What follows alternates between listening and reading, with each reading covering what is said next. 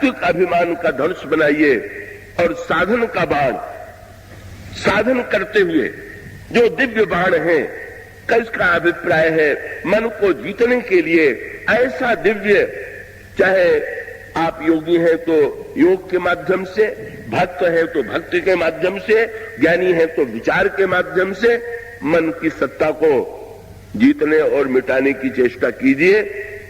भगवान शंकर के द्वारा ये कार्य पूरा हुआ। पर पूरा होने के बाद इस धनुष को शंकर जी ने छोड़ क्यों दिया?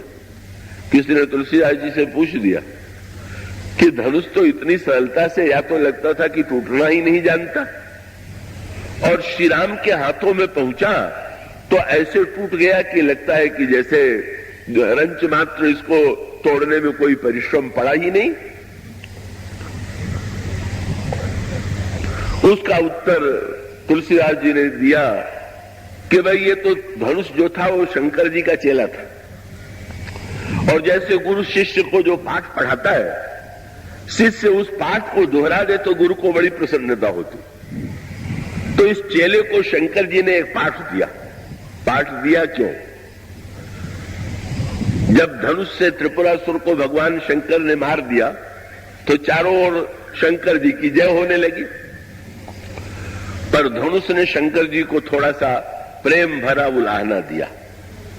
उन्होंने कहा, महाराज त्रिपुरासुर मर गया, तो आपने बड़ा संसार का कल्याण कीजिए, कल्याण किया, लेकिन मेरे मन में एक संदेह। क्या आप मुक्ति के देवता हैं कि बंधन के देवता? तो उन्होंने कहा, संसार कहता है कि शंकर जी जो है मुक्ति देने वाले। तो धनुष ने कहा कि संसार को मुक्ति देते होंगे, पर मुझको तो बांधते हैं आप, और अभी जब आप लड़ रहे थे तब भी आपने डोरी से कस के मुझे बांधा। हाँ, धनुष पर डोरी जो है, धनुष को झुका करके डोरी कस के जब तक बांधी न जाए तब तक बाण चलाए कैसे जाएगा? तो महाराज सबको मुक्ति आप देते हैं, मुझे बांधते हैं, मेरी मुक्ति जो है वो कभी होगी कि नहीं होगी? शंकर जी ने मुस्कुरा करके कहा, बेटा जब तक रहोगे तब तक बंधोगे जरूर, बस यही उत्तर है। जब तक मैं है, चाहे जितना बढ़िया मैं हो, तब तक बंधन भी जरूर है। कहा उस बंधन से बच नहीं सकता। उन्होंने कह दिया जब तक ये मैं समाप्त नहीं होगा तब तक व्यक्ति बंधन से मुक्त नहीं होगा। तो महाराज आप क्या करेंगे? भगवान शंकर ने कहा, मैं तो तुम्हारा त्याग कर देता हूं, और देखना महाराज जनक के पास तुम रहना और तुम प्रतीक्षा करना। जब भगवान राम आवे और तुम्हें उठा करके तोड़ना चाहे तो तुम टूट जाना, और जो ही टूट जाओगे तो ही बंधना छूट जाएगा। धनुष ने पाठ याद कर लिया, लेकिन धनुष ने शंकर जी से एक बात पूछी, महाराज अगर तोड़ने से ही मुक्ति मिलती है तो आप ही तोड़ दीजिए ना। शंकर जी ने कहा, नहीं मैं छोड़ूंगा और राम तोड़ेंगे। क्यों? बोले भक्त का काम केवल अभिमान छोड़ना है, अभिमान को तोड़ना तो केवल ईश्वर के बस की बात है और किसी के बस में नहीं। हाँ, इसका अभिप्राय है कि जब भगवान बड़ी कृपा करे तब अभिमान समाप्त हो।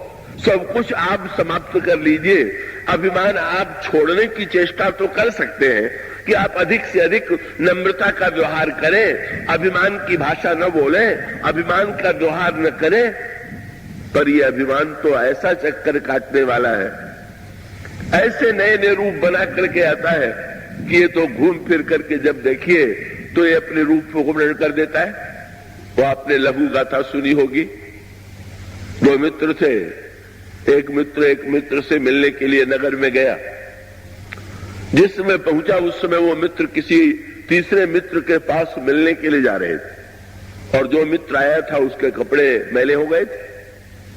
तो मित्र ने तुरंत कहा कि तुम भी मेरे साथ मेरे कपड़े पहन लो और चलो, और अपने पेटी से कपड़े निकाल के दे दिए, बिल्कुल नए कपड़े। और मित्र बड़ा प्रसन्न हुआ कि मित्र मुझसे कितना प्रेम करता है कि स्वयं तो धुले कपड़े पहने हुए हैं और मुझे नए कपड़े पहना दिया। और दोनों मित्र जब तीसरे मित्र के पास पहुंचे तो तीसरे मित्र की दृष्टि जो है बार बार नए आए हुए मित्र के कपड़ों पर जाने लगी। तो जिस व्यक्ति ने कपड़े दिए थे उसने परिचय कराते हुए कहा कि ये मित्र मेरे हैं पर ये कपड़ा मेरा।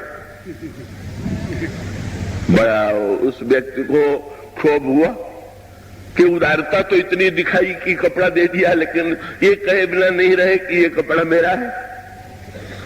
तो फिर जब वहां से निकले तो उन्होंने कहा कि ये तो आपको शोभा नहीं देता, ये कहने की आवश्यकता क्या है कि ये कपड़ा मेरा था।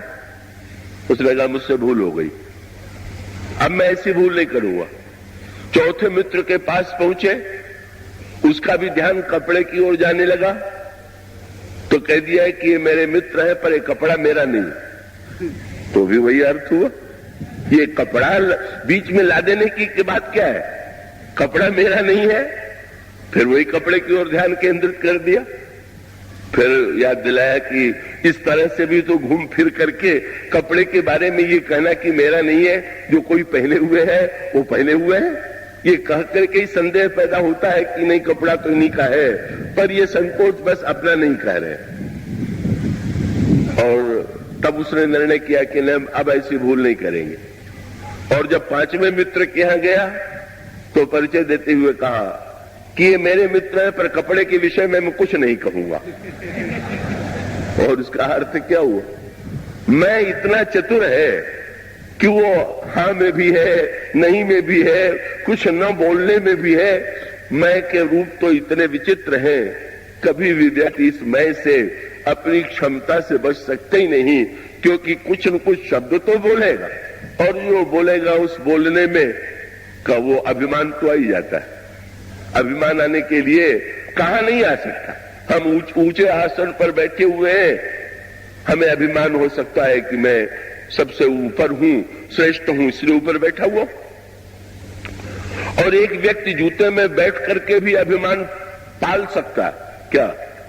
अगर कोई जूते में बैठ के सोच रहा हो कि मैं कितना नम्र हूं कि सबसे पीछे बैठा हुआ, तो अभिमान ऊपर बैठने का भी नीचे बैठने का अभिमान का रूप इतना विचित्र है कि वो जब आता है तो हर रूप में आता है। इस अभिमान से मुक्ति जो है वो व्यक्ति के अपने पुरुषार्थ की, अपने क्षमता से आप काम, क्रोध, लोभ इन बुराइयों को साधन के द्वारा जीतिए, सत्कर्म के द्वारा जीतिए, पर अंत में भगवान से प्रार्थना कीजिए, प्रभु सब कुछ भले ही मैं जीत लूं प्रयत्न और पुरुषार्थ से, पर अभिमान तो जब आप ही कृपा करके जीव का मिटावे तो ही मिटता है।